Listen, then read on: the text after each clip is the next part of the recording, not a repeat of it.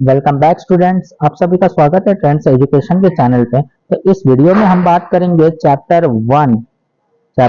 One introduction of commerce and business की, जो कि अपने आप के 11th का ओसी एंड मैनेजमेंट का सब्जेक्ट है। ठीक है, organisations of commerce and management का पहला चैप्टर है, बहुत ही इंपॉर्टेंट है क्योंकि इसके अंदर जो आप लोग सीखोगे वो पूरे बुक में आने वाला है। ठीक है, तो बहुत ही इंपॉर्टेंट है, इसीलिए तो इसमें देखते हैं नॉर्मली क्या दिया गया। इंट्रोडक्शन के पार्ट से हम स्टार्ट करते हैं इसे कि इंट्रोडक्शन में क्या दिया गया है। ठीक है, देखो, all humans beings require different types of goods and services to satisfied their needs, यानी कि हर पर्सन को कुछ ना कुछ चाहिए, कुछ ना कुछ गुड्स एंड सर्विसेज चाहिए ताकि वो अपनी जरूरतें को पूरा कर सके।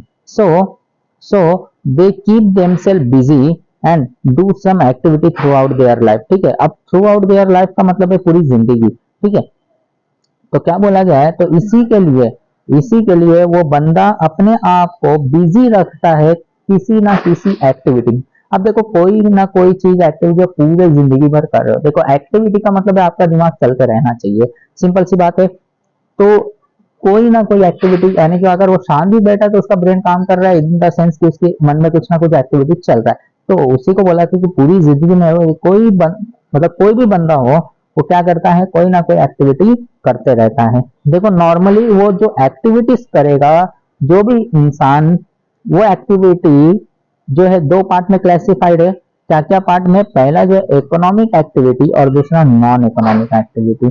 तो देखो, यहाँ पे ह्यूमन एक्टिविटीज के दो क्लासिफिकेशन दिए गए, पहला नॉन एक्टिविटी और दूसरा इकोनॉमिक एक्टिविटी। ठीक है, और इकोनॉमिक एक्टिविटी में फर्दर क्लासिफाइड है बिजनेस, प्रोफेशन एंड एम्प्लॉयमेंट। ठीक है, तो देखो क्या होता है,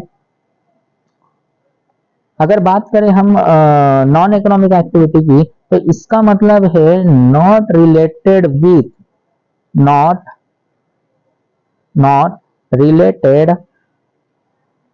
विथ मनी। ठीक है, तो सिंपल समझना कि नॉन इकोनॉमिक एक्टिविटी का मतलब क्या है, non related with money, not related with money. ठीक है, और इकोनॉमिक एक्टिविटी का मतलब क्या है, रिलेटेड विथ मनी। ठीक है, आप लोग याद रखना कि नॉन इकोनॉमिक का मतलब है नॉट रिलेटेड विथ मनी, और इकोनॉमिक का मतलब है, इकोनॉमिक एक्टिविटीज का मतलब है पैसे से रिलेटेड। ठीक है, तो ये इंपॉर्टेंट है, जिसके अंदर बिजनेस, प्रोफेशन और एम्प्लॉयमेंट आते हैं। देखो, देख लेते हैं non economic activity, then after हम फोकस करेंगे इकोनॉमिक एक्टिविटी पे। तो नॉन इकोनॉमिक एक्टिविटी देखो क्या कहता है, नॉन इकोनॉमिक एक्टिविटी क्या कहता है, ध्यान देना।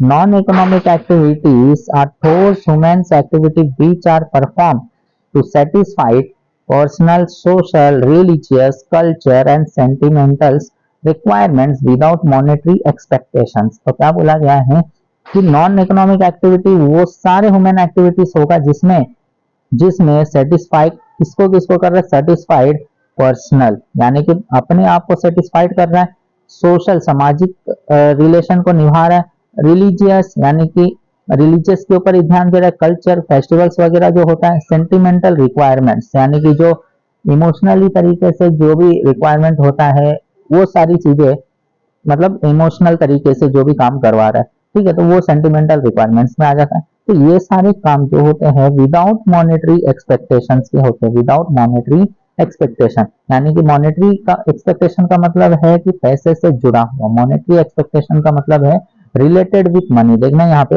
Related with money. ठीक है, तो क्या बोला है, without monetary expectation, without monetary expectation, तो समझना।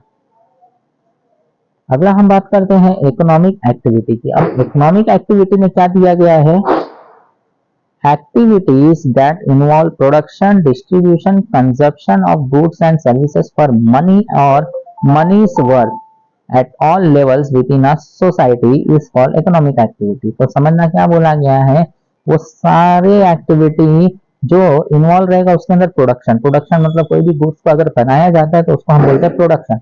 डिस्ट्रीब्यूशन, डिस्ट्रीब्यूशन मतलब बांटना वगैरह, तो जो भी प्रोडक्ट बनेगा उसको जो है डिस्ट्रीब्यूट किया जाएगा फर्दर क्लासिफाइड अलग अलग पार्टनर्स को, जैसे होलसेलर हो गया, रिटेलर्स हो गया, तो एक प्रोडक्शन करके गुड्स बना के होलसेलर और रिटेलर को दिया जाता है, और रिटेलर जो है एंड यूजर को देता है जिसका नाम है कस्टमर।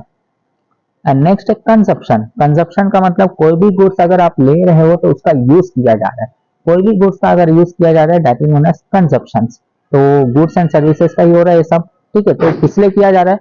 पैसा, मनी और मनीस वर्थ। अब समझना, मनी का मतलब तो आप समझ गए क्या होता है, लेकिन मनीस वर्थ का मतलब कि ये है पैसे से रिलेटेड, पैसा नहीं है, पैसे से रिलेटेड है, दैट इज नोन एज मनीस वर्थ, ठीक है। तो मनीष वर्थ का मतलब समझ, सिंपल समझ जाना, money's worth in the sense related with money, not a money, ठीक है, that is known as money's worth. At all level of society, at all level of society मतलब ये बिजनेस के ऊपर डिपेंड करता है कि उसका सोसाइटी कितने लेवल का होगा, ठीक है। Eight all level of society मतलब बिजनेस, देखो बिजनेस अगर आप देखोगे लोकल लेवल पे भी सीमित होता है, लोकल मतलब एक एरिया तक भी बिजनेस सीमित रहता है, या तो नेशनल लेवल तक होता है या तो इंटरनेशनल लेवल तक होता है। अगर एक लोकल एरिया तक सीमित है तो उसके लिए सोसाइटी बन जाएगा पूरा लोकल एरिया, और अगर कोई बिजनेस पूरा का पूरा देश में चल रहा है तो उसके लिए पूरा सोसाइटी क्या होगा, पूरा का पूरा देश हो जाएगा। और इंटरनेशनल लेवल पे चल रहा है तो पूरा का पूरा इंटरनेशनल लेवल पे पूरा सोसाइटी कहलाएगा, याद रखना आप लोग, ठीक है। उसके बाद बात करते हैं आगे की, जो है बिजनेस। बिजनेस मतलब देखना इसके अंदर दिया गया है बहुत कुछ, ठीक है, बिजनेस का मतलब में। तो देखते हैं क्या दिया गया है कि business represents organise efforts by an individual और ग्रुप ऑफ इंडिविजुअल। देखो इंडिविजुअल, ग्रुप ऑफ इंडिविजुअल का मतलब होता है कि अगर मैंने बिजनेस चालू किया तो मैं ही एफर्ट डालूंगा उस बिजनेस के अंदर, that is known as individual. और ग्रुप ऑफ इंडिविजुअल का मतलब होता है कि मेरे साथ और कई लोग हैं जो इस बिजनेस को चालू किए हैं, तो मैं तो वो एफर्ट डाल ही रहा हूँ, लेकिन साथ ही साथ जो मेरे साथ चालू किए हैं वो लोग भी एफर्ट डाल रहे हैं, that is known age group of individual. Individual मतलब मैं अकेला, और ग्रुप ऑफ इंडिविजुअल मतलब टू और मोर पर्सन इंक्लूडिंग, अगर उस दो और दो से ज्यादा पर्सन इंक्लूड है एक ग्रुप में तो उसको ग्रुप ऑफ इंडिविजुअल कहेंगे। आगे की बात करते क्या दिया है, it is a systematic attempt by business person to produce goods and services and sell them in the market to reap the reward by way of profit. It satisfied multiple and complex needs of the society. तो क्या बोला गया है कि एक business जो है produce करता है गुड्स को, ठीक है, गुड्स को ये बनाता है, गुड्स एंड सर्विसेज को, और उसको सेल करता है कहाँ पे, मार्केट में। मार्केट में सेल इसलिए करता है ताकि वो जो है प्रॉफिट कमा सके बाय वे ऑफ रिवॉर्ड, ठीक है। और प्रॉफिट कैसे कमाएगा, जब वो सेटिस्फाइड करेगा सोसाइटी के नीड्स को। सोसाइटी मतलब मैंने अभी तक बताया कि बिजनेस के लिए सोसाइटी क्या होता है, लोकल के लिए लोकल एरियाज, और नेशनल बिजनेस के लिए नेशनल मतलब नेशन, और इंटरनेशनल लेवल पे जिधर जहां जहां बिजनेसेस चालू है वहां वहां पे जहां भी बिजनेसेस जो भी कंट्री में होगा पूरा कंट्री उसके लिए सोसाइटी कहलाएगा। क्योंकि इंटरनेशनल बिजनेस मतलब पूरी दुनिया नहीं आती है, इंटरनेशनल बिजनेस का मतलब होता है टू और मोर कंट्रीज में अगर बिजनेस चली गई तो वो कहलाएगा इंटरनेशनल बिजनेस, ठीक है। तो वो सारे सोसाइटी का जो भी नीड्स है, जरूरतें है, उसको पूरा करना, that is known as business का काम है। आगे की बात करते हैं प्रोडक्शन। अब प्रोडक्शन क्या बोलता है, प्रोडक्शन का मतलब होता है गुड्स को बनाना, तो यहाँ पे वही मीनिंग दिया गया है, production of the goods actual means making of goods, it may be agricultural product और फिनिश गुड्स, ठीक है। अब देखना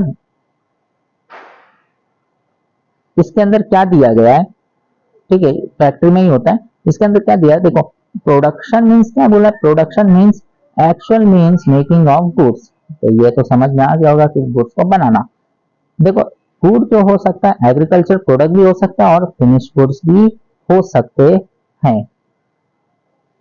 अब देखना एग्जांपल के तौर पर एग्रीकल्चरल प्रोडक्ट यानी कि इंडस्ट्री में दो टाइप के प्रोडक्ट्स बनते हैं, पहला एग्रीकल्चर प्रोडक्ट भी बन सकता है और फिनिश गुड भी बन सकता है। जैसे देखो एग्जांपल के तौर पर अगर मैं एग्रीकल्चर की बात कर रहा हूँ तो एग्रीकल्चर में जो खेती बाड़ी हो रहा है, अब मान के चलो जो है राइस का खेती हो रहा है, राइस का खेती इन द सेंस की अगर आपने देखा होगा कि राइस का क्रॉप्स होते हैं और वो जो क्रॉप्स है उसको राइस में कन्वर्ट किया जाता है।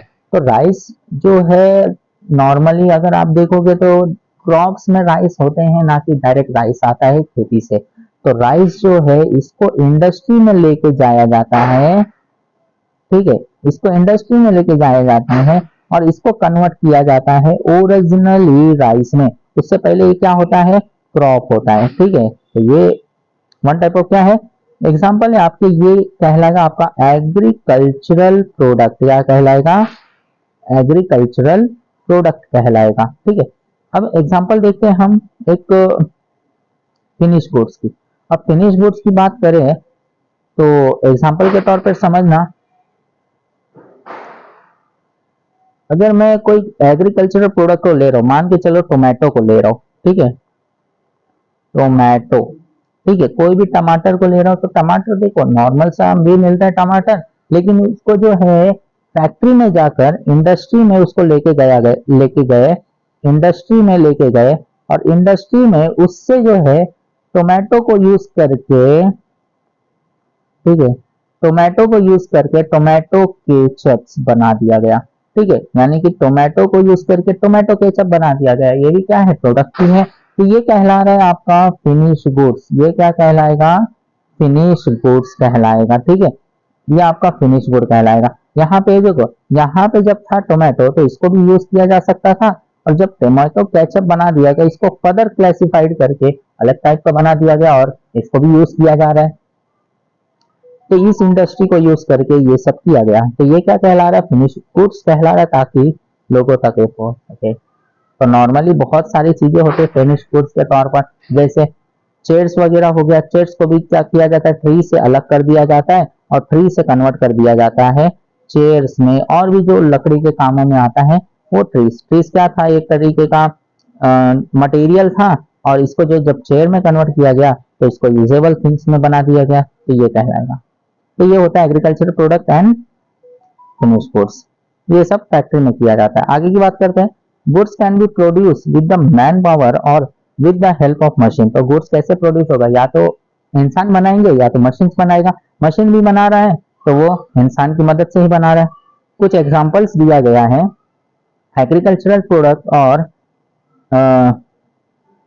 फिनिश गुड्स के बारे में। देखो, cultivation piece of land and growing food grains is an example of agriculture production. यानी कि आप जमीन की कल्टीवेशन कर रहे हो। कल्टीवेशन का मतलब सिंचाई होता है, हिंदी में हम सिंचाई कहते हैं। ठीक है, तो किसी भी लैंड का अगर आप कल्टीवेशन कर रहे हो और फूड ग्रेन्स उगा रहे हो, जैसे मैंने क्रॉप्स का एग्जांपल दिया, फूड ग्रेन्स उगा रहे हो, तो ये एग्जांपल है एग्रीकल्चरल प्रोडक्ट का।